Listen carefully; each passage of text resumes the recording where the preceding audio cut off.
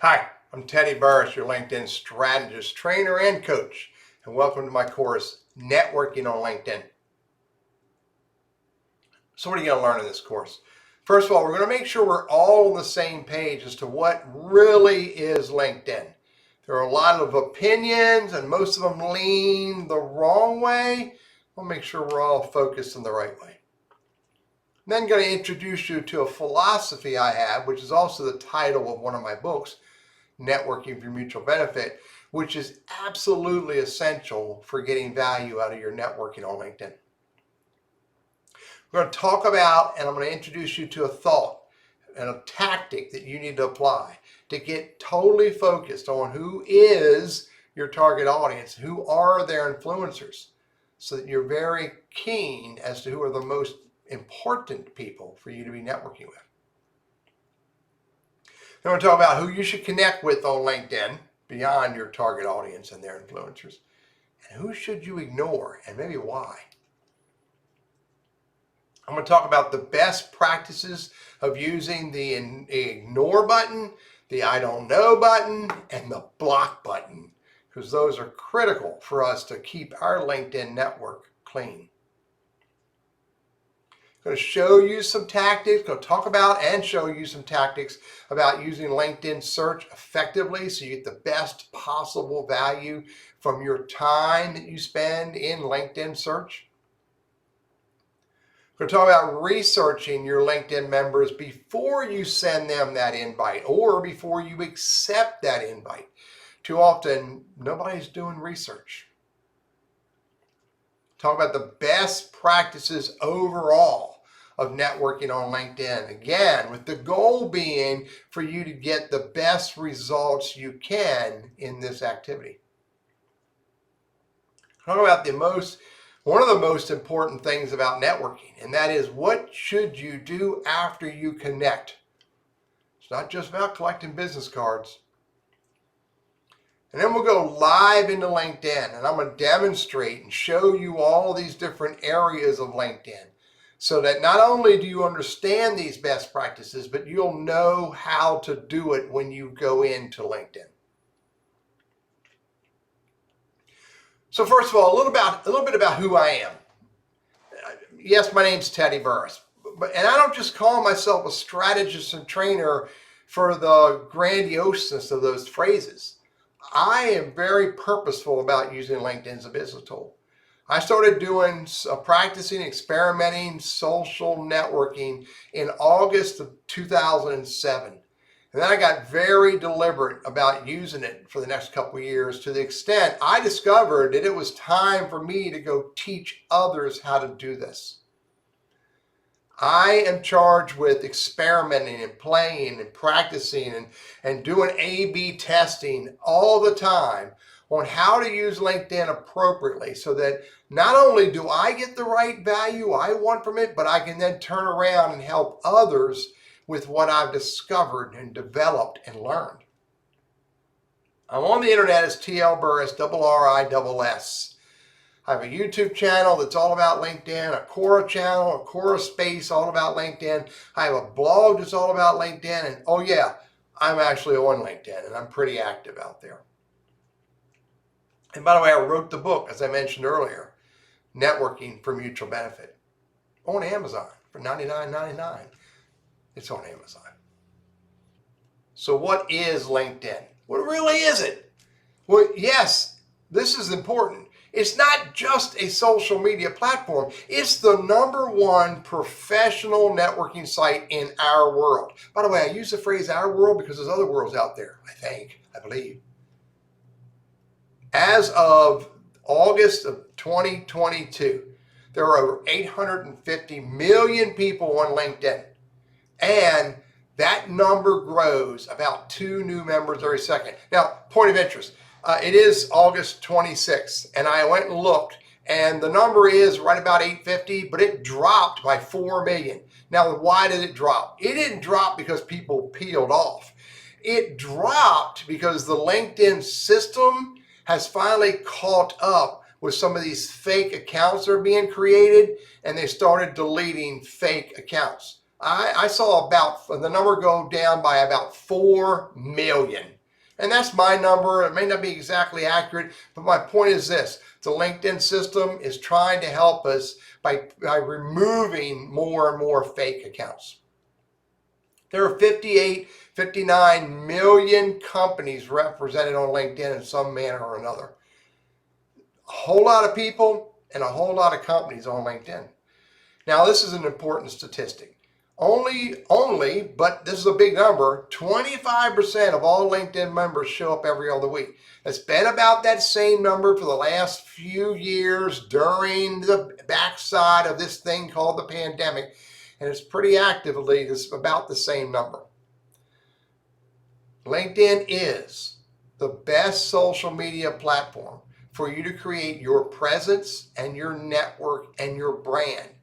Predominantly for business, predominantly for career transition, but it is a powerful place for you to be. Highly indexed pages, highly indexed profiles for people to find you, and not only in LinkedIn, but Google search.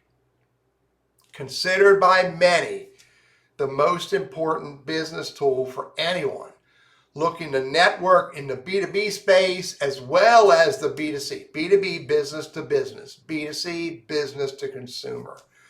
I see a lot of people in both of those spaces, predominantly B2B, but business to consumer is also highly represented on LinkedIn.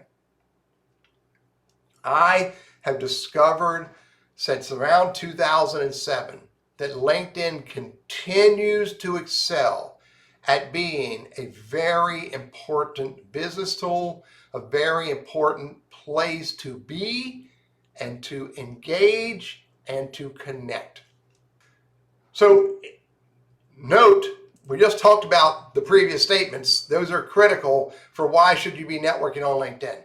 But beyond that, it's also, I have discovered, and for myself, based on how I use LinkedIn and how I network, that my LinkedIn network is a big component, not the only component, but a big component of my overall network. Now, my overall network includes, where's my cell phone? Includes all the people on my cell phone that I know, includes all the people in my life, includes all the people in my community that I know.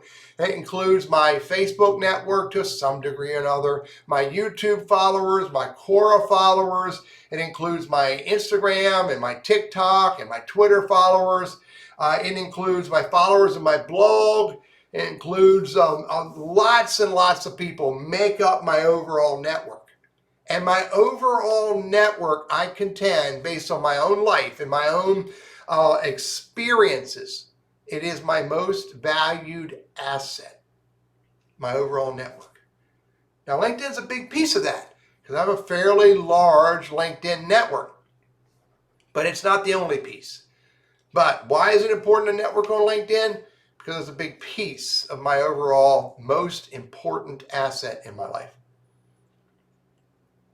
Why is it important? Because if you purposefully network on LinkedIn, purposefully means you do it focused on a goal, then in LinkedIn can help you open doors. Your LinkedIn network can help you find opportunities. Your LinkedIn network can help you find career steps, as well as lots of knowledge and lots of ideas that you've never imagined or thought of. In my LinkedIn network today, I have a lot of people, grammarians, and I have a lot of ethics and legal scholars that I never would have met if I hadn't gotten on LinkedIn and started networking purposefully.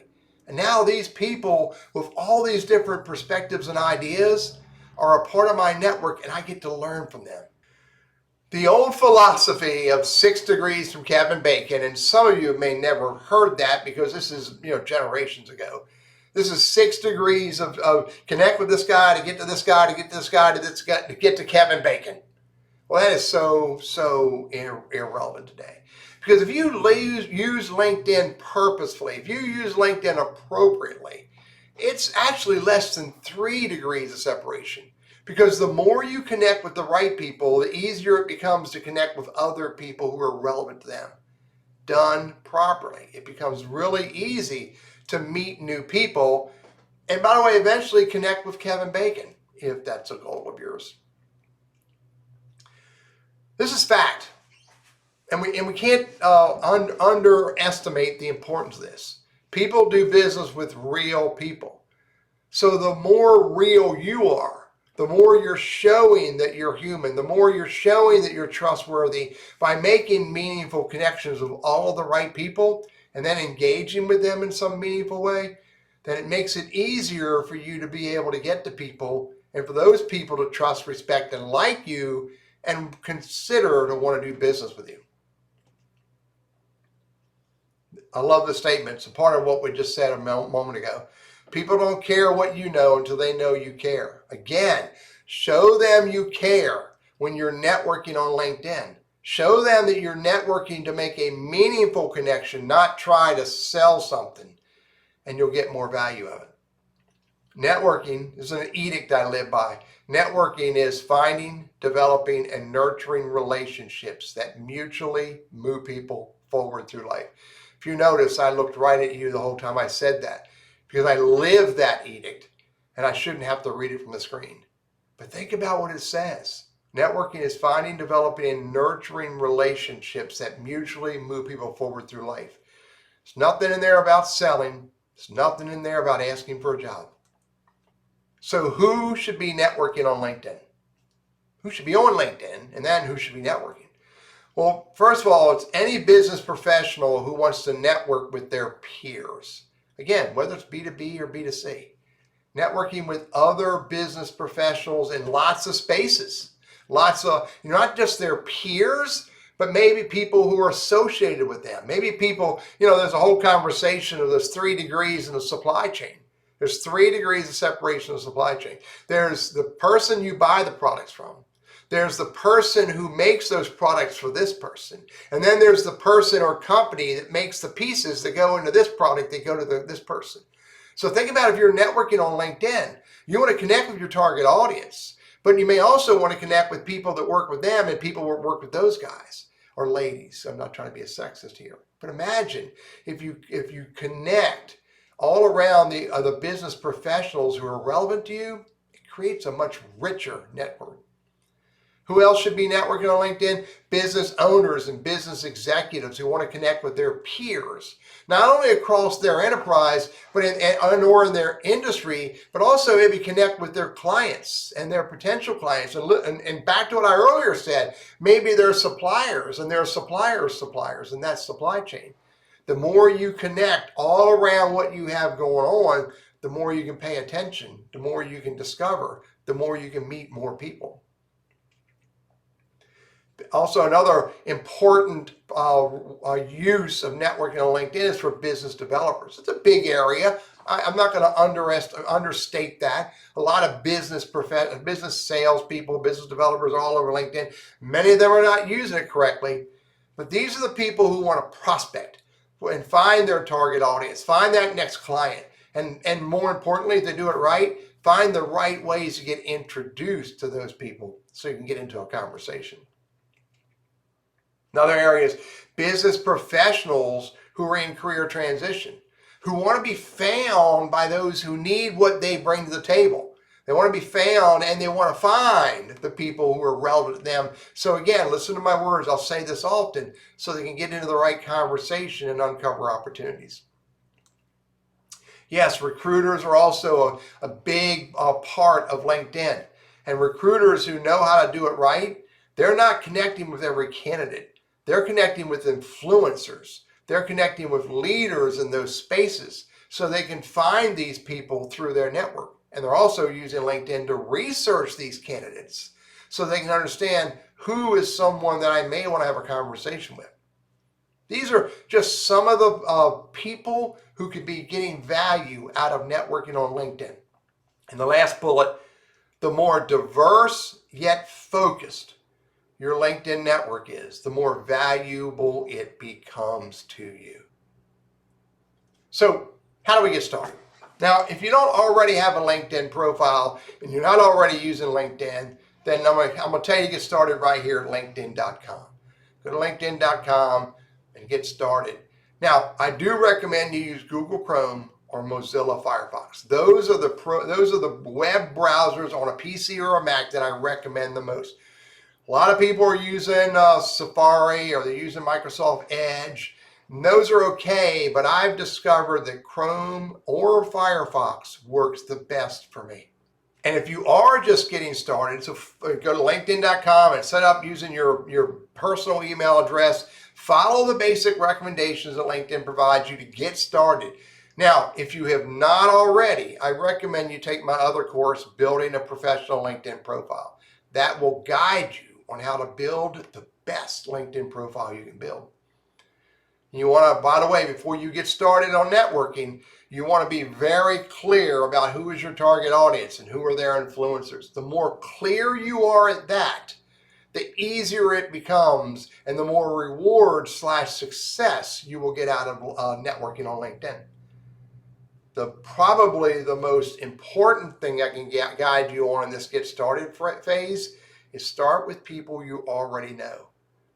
Start with your wife, start with your boyfriend, your girlfriend, start with your peers, start with people in your department, start with people you already know. Whip out your Rolodex, which might be your Google Contacts or might be in some other tool, and start with them. Because these folks could very well be that connector to the other people you want to meet. And by the way, you can practice connecting with people you already know. And do not rush this. This is not a race. It's a long-term journey. And the more you think that way, and the more you're purposeful and deliberate about your networking activity, continuously doing it at a pace that makes sense, not a breakneck speed, the more value you will get out of building your LinkedIn network. Okay, let me introduce you to not only the book I wrote called Networking for Mutual Benefit, but the philosophy that I live by when I'm networking, both in real life and on LinkedIn.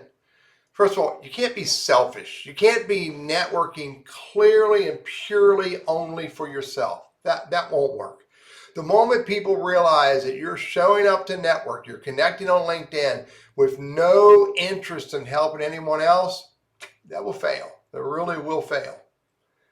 I repeat earlier what I said about the statement that your network doesn't care about you until they know that you care. So think about that. You've got to show people you care. Be sincere about it. The more sincerity you have in showing that desire to help others, the more it'll work. And as you're looking clearly, focused on trying to find your target audience, trying to find their influencers, trying to find ways to get introduced and connect with them, you also need to be willing to accept relevant invites that you get from others. Now, again, I'm not telling you to connect with everybody, but I am telling you that along the way, there will be others that are relevant to you in some broad way, your community, your friends, or someone suggests that you connect with someone. Never turn down that opportunity to send someone an invite if someone suggests you connect with them. But you need to be willing to help people along the way. Sometimes these people that you thought were only on LinkedIn to get help from you, turns out they can help you. They become influencers, or better yet, they become your target audience. I've had this happen numerous times where someone will show up to a job search group that I volunteer in, and I'm helping this person figure out how to find a job. First, figure out what is the right job. And the next thing I know, they're in a role where their organization needs my help. Done right, it'll work. And you can call it what you want to call it. But the universe knows when you're doing this right. The universe knows when you're not selfish, and you can get rewarded. But you got to remember, you've got to give, you've got to help with no expectations of anything in return. And please don't be this person that the moment you connect, you send them this long-winded message about why your widget or your thingamajig is the best thing ever and you want them to consider buying it. That is horrible. That is a horrible way to treat people.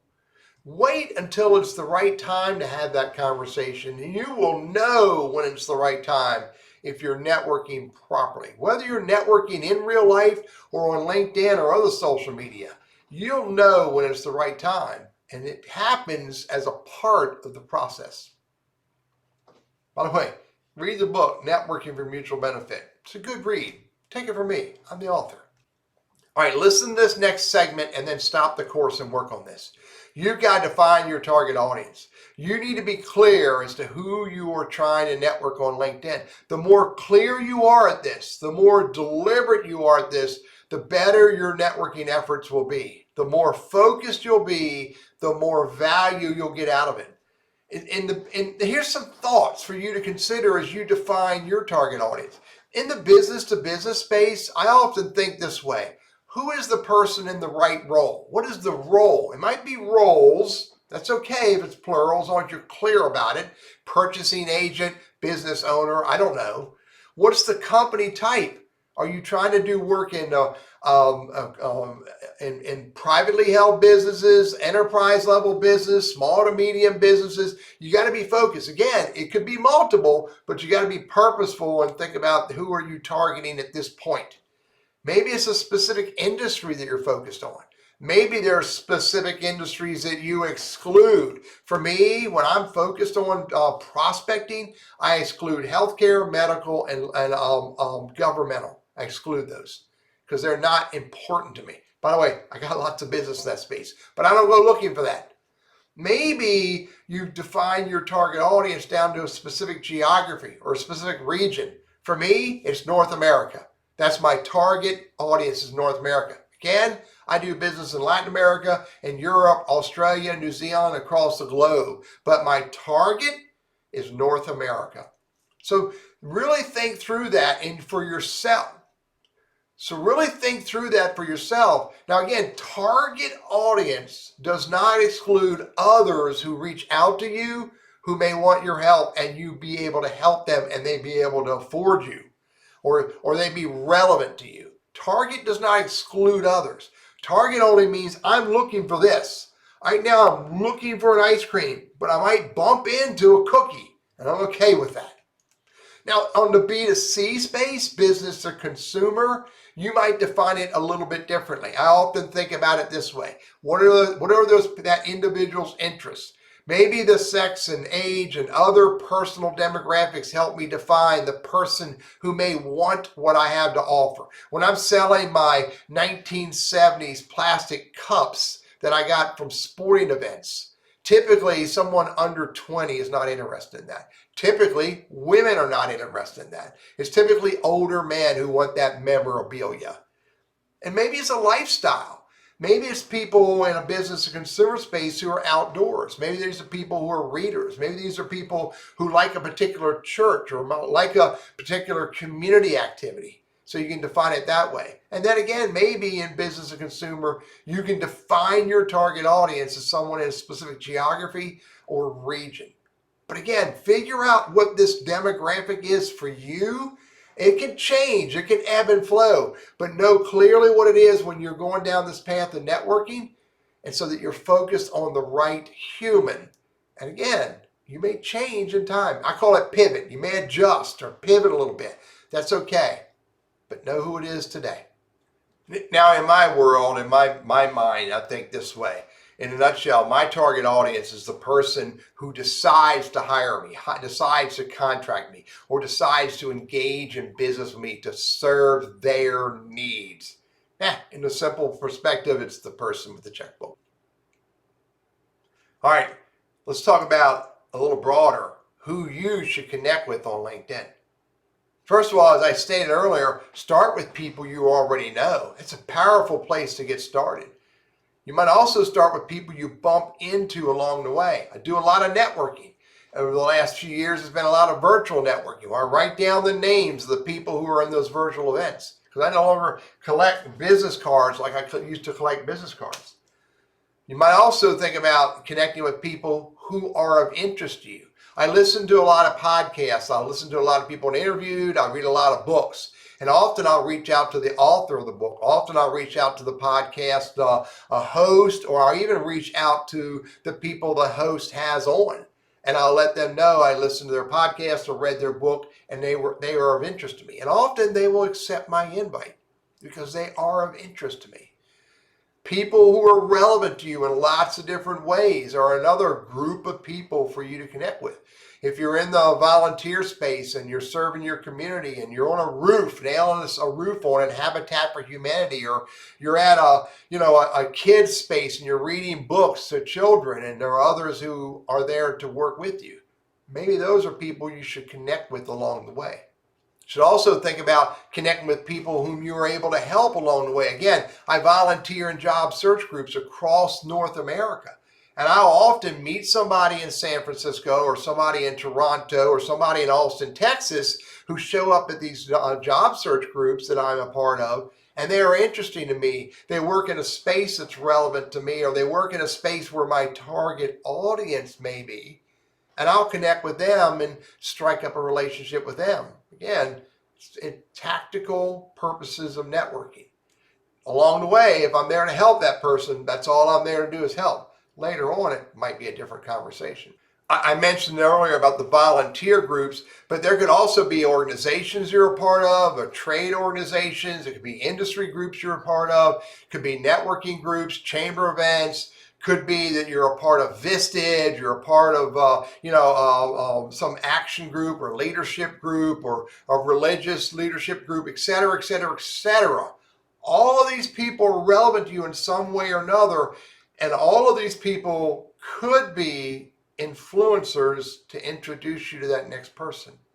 I often say this, people ask how many LinkedIn connections should I have? I don't know the number, but it needs to be continuously connecting with someone new. It's not a matter of how big your network is. It's a matter of that next connection could be the most important connection ever. You don't know, thus you need to keep moving forward.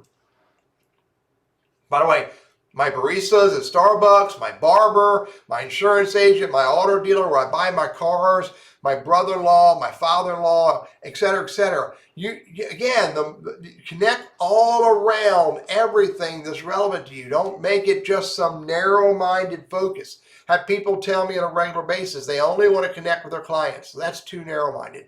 I have people tell me I only want to connect with people I have met in person. That's too narrow-minded. You got to open it up a little further, purposefully, deliberately, but you absolutely have to open it up further because that's where the real value is. Again, don't miss out on the fact that the people you should be connecting with across all of these spaces must include your target audience and their influencers. All right. Along the way, when you're networking on LinkedIn, you're going to need to use LinkedIn Search. And it's a really powerful tool, and I'm going to talk about and show you how to use it later on when I get into LinkedIn. But let's talk about some best practices for you to get the greatest value out of using LinkedIn Search. You ready? Number one, practice. Practice using the search bar. There's lots of techniques that you can use in the search bar, Boolean search, et cetera, to get the greatest value from just the search bar alone. But you also want to practice using those search filters. So again, you understand what they all do and the rewards of using those filters. By the way, there's a really cool tactic of using the search bar that you need to understand how to use it. You do not want to click, John Adams in the search bar and hit enter. That will fail miserably. Because how many John Adams are there? What you want to do is type John space Adams, and then if you know the person's company name or you know a keyword that's relevant to that person, you'll type it in. So that way you can find the John Adams who works for UPS or the John Adams who's a program manager. You use that search bar so you drive down the results. So hopefully you find that John Adams, because when the drop-down names show up, it's only going to show you 10. Hopefully one of those 10 is what you're looking for. Otherwise, you're going to have to go into the search window and dig even deeper. Which, by the way, plays into this next problem of what's called the commercial use limit. The more you go into the search results window for people, the more you start chewing into the commercial use limit if you're using a free or basic account on LinkedIn, which is absolutely fine. But you don't want to chew into that commercial use limit and not be able to use LinkedIn for the rest of the month because it refreshes the first of the month.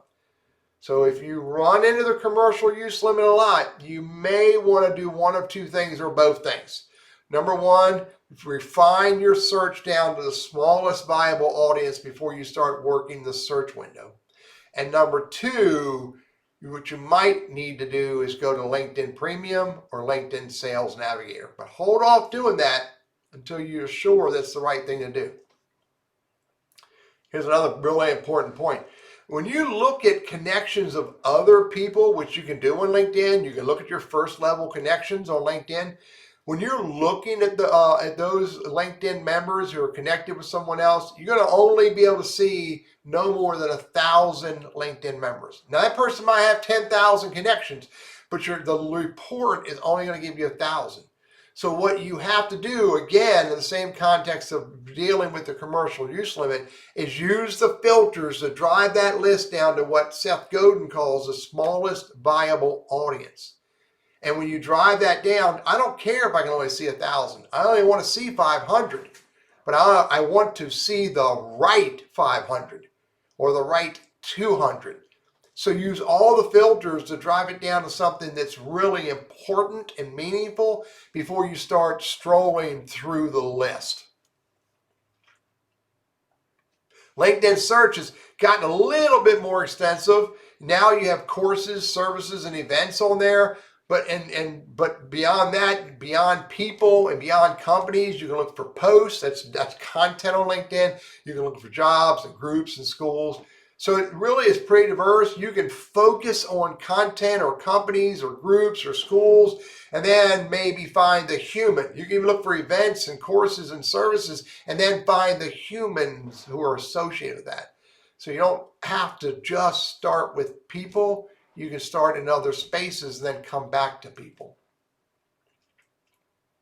There are 16 unique filters in LinkedIn search for people. When you click on all filters, which I'll show you in a little bit.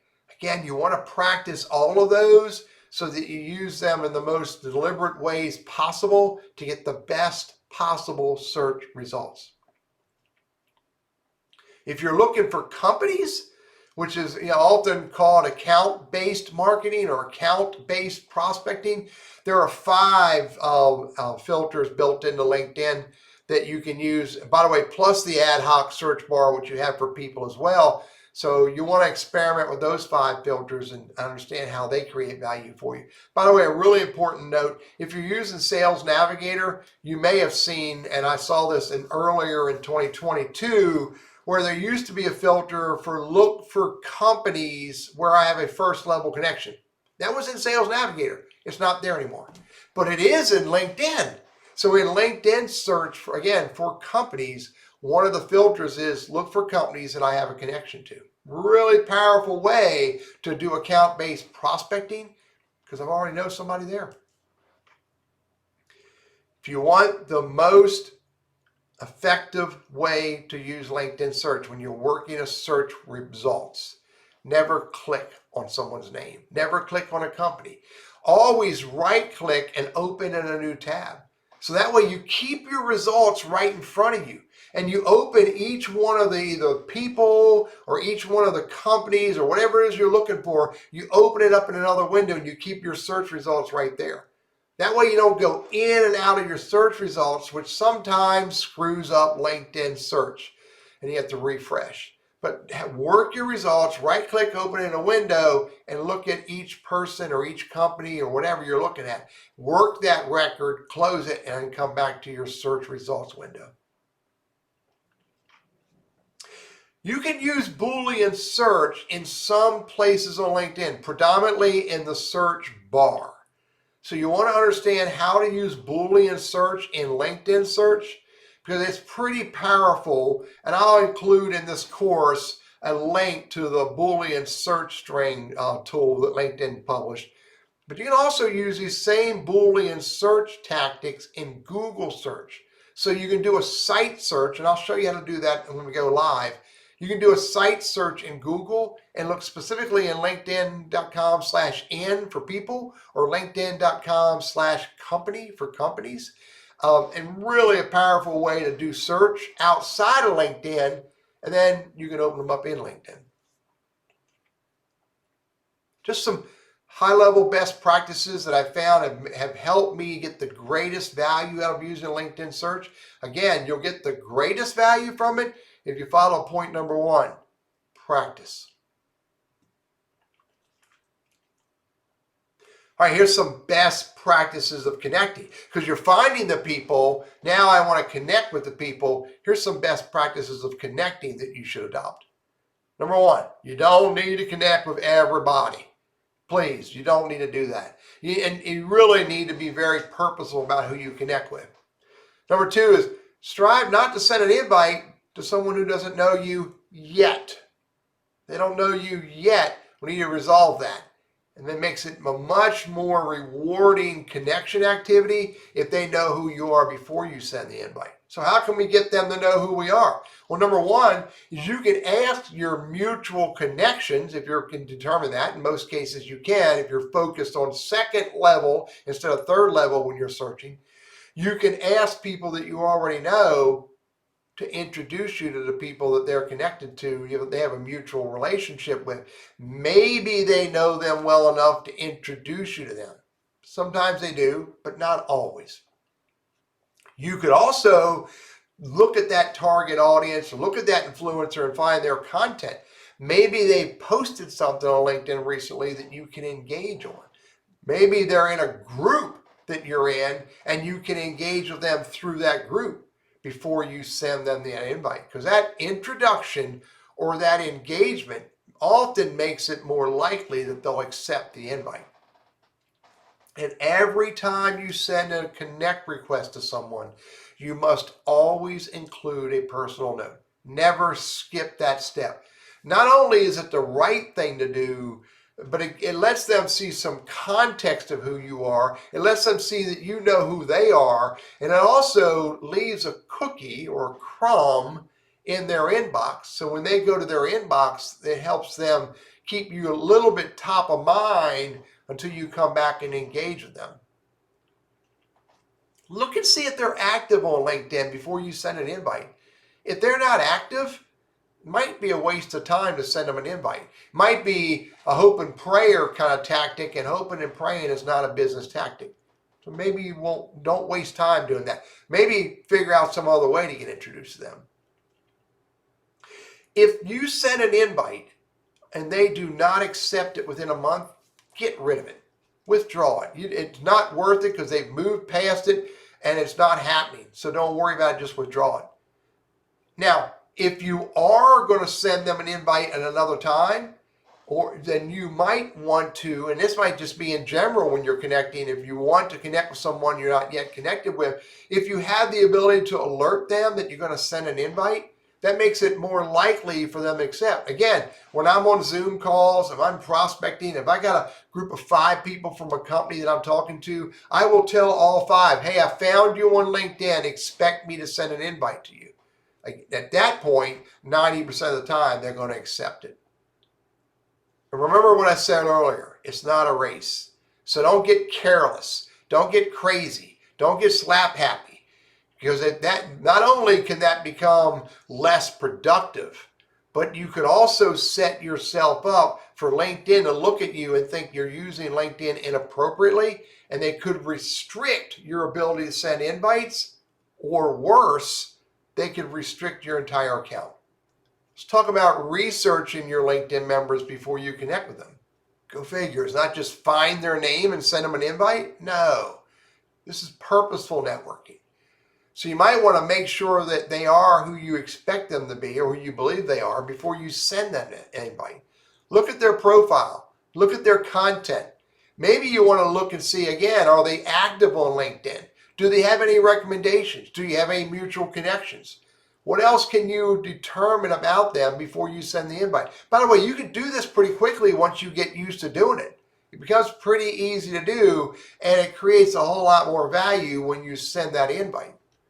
Maybe you might want to look and see, kind of do a Google search on them. Do they exist there? Does their website have anything about them? The more informed you are before you send that invite, the more likely you're going to get accepted, and you'll know that, A, you're sending the invite to the right person, and you'll know what to do in the next step because you have that information. Now, when you're accepting a LinkedIn invite, You need to be sure who you're connecting with first. So if they appear relevant, but they didn't include a personal note, you may want to ask them, why do they want to connect with you? Unless you clearly know that that's Betty and I just talked to Betty, I don't need to ask. But if you're not sure, and yet they appear relevant, you might want to ask them first. Additionally, if they appear relevant and you're not sure, maybe a part of this process is look at their LinkedIn profile or look at their content. Again, to validate, is this the right person? Is this who I think it is? Again, slap happy doesn't work. Deliberate and purposeful works. Now, if you're not really sure and you don't know if they're relevant, for me, I always say ask, what do they want before I connect? You may decide that if you're not sure and they're not really relevant, you may just want to hit the ignore button. I'm trying to connect with people who use LinkedIn, so I'm a little more purposeful about validating who they are because it could become a client.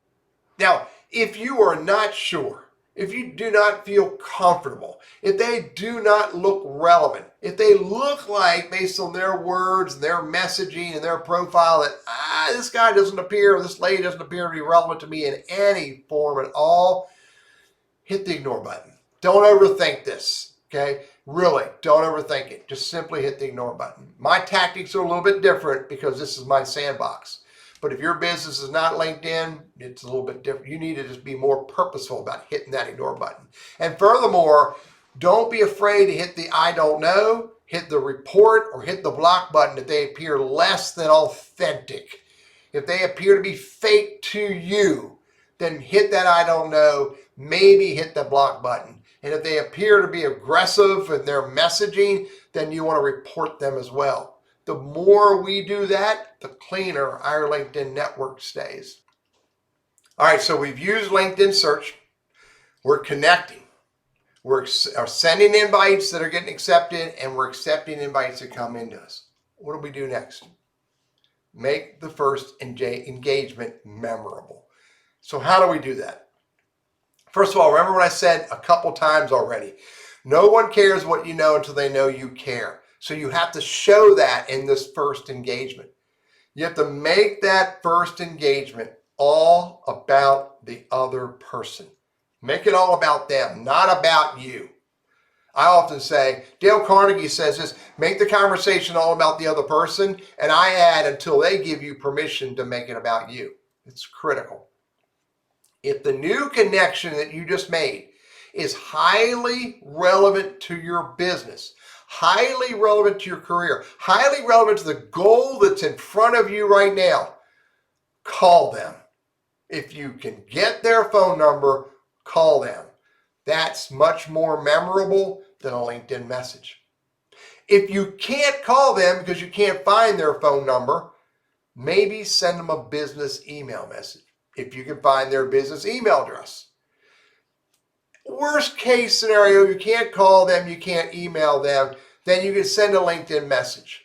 But you want it short, sweet, concise, clearly about them, maybe with an invitation for them to say hello to you one day, but you really want to make sure it's all about them. All about them, their role, their company, their division, their services, their solutions, whatever. And then maybe a small statement at the end that says, I'm always open to a conversation if you ever want to chat, but never anything more than that. If they're not highly relevant to you and relevant to the goal that you have at hand right now, then go ahead and use a LinkedIn message and show appreciation for the connection and let them know that you're here to help them if you can, and invite them to reach out to you. I often say this, if I can help you in any way, let me know. I don't offer too much, but I do say, if I can help you, let me know. Because again, this is called networking for mutual benefit, not just trying to sell. And by the way, speaking of not selling or not asking for a job, don't do that. Never do that until you have permission for that conversation. Now, if you know there's a job opening, you may ask for a conversation about it. Don't ask for the job because this is your first engagement, and maybe it's only your second engagement. You don't have permission to ask for anything like that yet. This is important because not enough people are doing this. We're running into all the people that we need to deal with in this regards, but we're not doing it enough. So LinkedIn is becoming, I don't want to say overrun, but there are more and more, well, the wrong people on LinkedIn. And you can define the wrong people any way you want. But for me, it's people who are using LinkedIn for nefarious reasons or inappropriate reasons. We need to take care of this. By the way, LinkedIn says this in the terms and services. We are the front line for calling out these inappropriate uses. And LinkedIn gives us the tools to do this. We need to use those tools. It's our responsibility to block and report. Don't hesitate to report someone if you see or feel they are violating the terms and services. Do not hesitate to block someone if they're using tactics that you just do not feel comfortable with. If you don't feel, somebody sent me a message the other day, said, well, I wasn't too worried about him. He did send me a little bit of an off-color invite. What does that mean? To me, what that means is block them. And by the way, one of the tactics you get all the time is they may ask you for your email address or phone number or WhatsApp because they want to get off of LinkedIn so they can harass you there because there's less restrictions there. Never do that. If someone early on asks you for your email address, phone number, or your WhatsApp account, you want to immediately report, block, ignore those people. If we don't do it, our social networks will slowly grow with more and more garbage. And I don't want, when I use the words, I don't want these maggots, slugs, leeches, alligators, or crocodiles, or grubs in my network. No disrespect to those living animals in their own space, but they don't belong on LinkedIn. Again, I'm going to repeat, it's our obligation for us to manage our network. Follow, unfollow, unconnect. Just a set of tactics that are pretty useful here. Hey, you don't need to send an invite to everyone on LinkedIn. There are some people that you want to get their content. You want to stay aware of what's going on with them so you can just follow them. And that will give you what you need. I don't need to send a LinkedIn invite to Malcolm Gladwell, Seth Godin, or Brene Brown. I can just simply follow them. I like their stuff. And so follow gets me what I'm accomplishing. And without burdening them or their people who manage their LinkedIn with an invite that I know they're not going to accept. They don't have a need to accept. Remember, you don't need to connect with everybody. They don't need to connect with everybody. They appreciate the fact that I like their content, but we don't need to connect. You also don't need to unconnect from a LinkedIn member that you're connected to if you're tired of what they see. You can just simply unfollow them. It's typically under the More button on their profile. And so if you unfollow them, then LinkedIn will minimize, if not eliminate, showing their content to you in your newsfeed. You can still stay connected, but you can just unfollow them. Now, I will offer that I will hit the unconnect button if that person becomes a problem. I have had people who've gotten noisy, they've messaged me way too much, they've engaged on my content way too much in inappropriate and irrelevant ways. So then I ended up unconnecting and in some cases blocking those people. But that's very, very few and far between. Usually an unfollow is all I need to do. And by the way, if someone sends you an invite to connect and you're using creator mode, they will automatically, based on the system, they will automatically become a follower who is asking to connect. So if you don't accept their invite to connect, they are still automatically a follower. By the way, but you're not a follower of them because you haven't hit accept. And because when you hit the accept button to connect with them, that also makes you not only a connection, but a follower. So remember, they become a follower immediately when they send that invite. So pay attention to the use of follow and unfollow and maybe be more judicious about when you unconnect, which sometimes it's the right thing to do. So you're sending invites, you're doing search, you're sending invites, you're connecting with people along the way, but not every invite gets executed on. So you got to manage that under your manage invitations or your invitation manager. you need to, don't let that get so big where it becomes overwhelming and I don't have time to deal with it. I recommend at least once a week you look at the invites that you've gotten and you manage them. Now, my process is if I don't know who they are, I send them a message back, I ask them why they want to connect, and they have a week to respond. If they don't respond within that week, then I hit the ignore button. You may have a different process. You may just want to simply hit the ignore if you don't know who they are or if they're clearly not relevant to you. But I also recommend you don't let these invites sit for more than 1 month. You manage them. And furthermore, you need to review not only the invites you get, but review the ones that you've sent. So if the ones you have sent out are more than a month old, then withdraw those because they've been ignored. They've walked by them. They're not looking at them anymore. And so you need to withdraw them because, by the way, withdrawing them gives you the opportunity later to send another invite to them. But don't send another invite to them yet.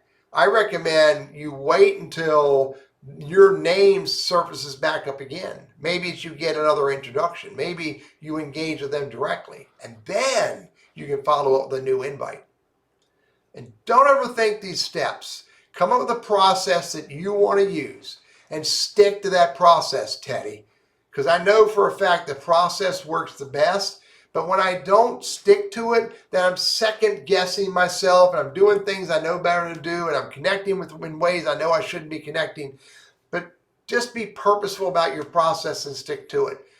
And if they're going to connect, they're going to connect. If they're not, they're not. And so you may decide you really want to talk with that person, but they're not connecting with you on LinkedIn. So go find a different channel to connect with them. Might be a better way of doing it. Now, the next thing I'm going to do is we're going to go into LinkedIn. I'm going to look at LinkedIn from my account. And we're going to look at LinkedIn search and LinkedIn profile reviews for research. We're going to look at sending invites and managing invites so I can show you some of the tactics that you need to use to be the most successful you can at networking on LinkedIn.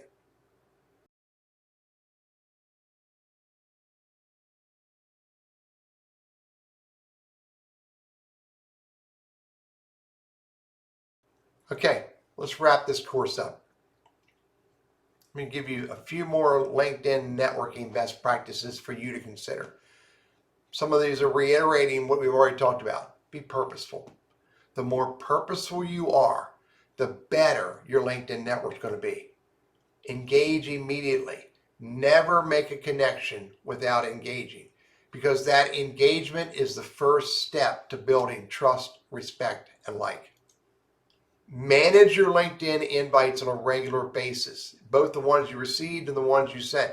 A business owner told me a few months ago when I was working with him, he had hundreds of invites he hadn't received, and he saw a name in there, and he kicked back in his chair, and he's like, you can see, he's like, saw something that, flabbergasted him. I said, what's up? He says, that guy is now doing work with my competitor. I said, well, that guy sent you an invite to connect 3 or 4 months ago. He missed an opportunity. So don't let these pile up, because not only is it overwhelming and daunting, but you could be missing out on an opportunity. Find ways to move the right connections into the right conversations. Those conversations could be about life, could be about, your community, and also could end up being about business, but move them into the right conversations. Use that ignore, that block, and that report button. I want to say judiciously, so that we clear out the garbage that we need to clear out of our LinkedIn network. Use the follow, unfollow, and unconnect appropriately, so that you see the right content and you have the right network along the way. And use your LinkedIn network to get introduced. As you're connecting, you're creating opportunities for the people that you're connecting with to build trust, respect, and like with. And they would be more likely and more open to connecting or introducing you to that next person. So use those introductions. And don't send invites to everyone. Be deliberate about this.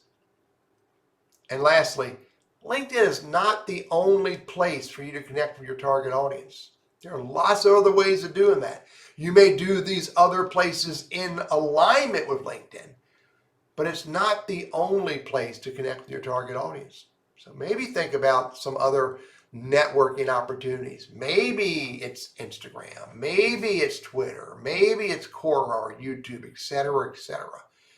Maybe alongside with LinkedIn. You will get the greatest value out of networking on LinkedIn if you follow these ideas that I have shared with you. If you're very purposeful and focused on your target audience and their influencers, if you're willing to help others along the way, if you're connecting with the right people and engaging with them immediately, if you're making the conversation all about them until they allow you to make it about yourself. The best way for you to get good at this is for you to practice and experiment. Change up your words in your invite messaging. Change up your words in your post-connecting messaging. And try different things that can see what they work. It's called A/B testing. And the more you practice and the more you experiment and the more you do this, the easier it becomes and the more rewarding it becomes along the way. My LinkedIn network is a vital part of my overall network and a huge part of my business, not only because I'm a LinkedIn strategist, but because of a lot of other things I do in life. So be deliberate about building your LinkedIn network. Be deliberate about building relationships along the way, and it'll create value for you. I wish you all the best. Thank you very much for taking this course. I look forward to saying hi to you another day.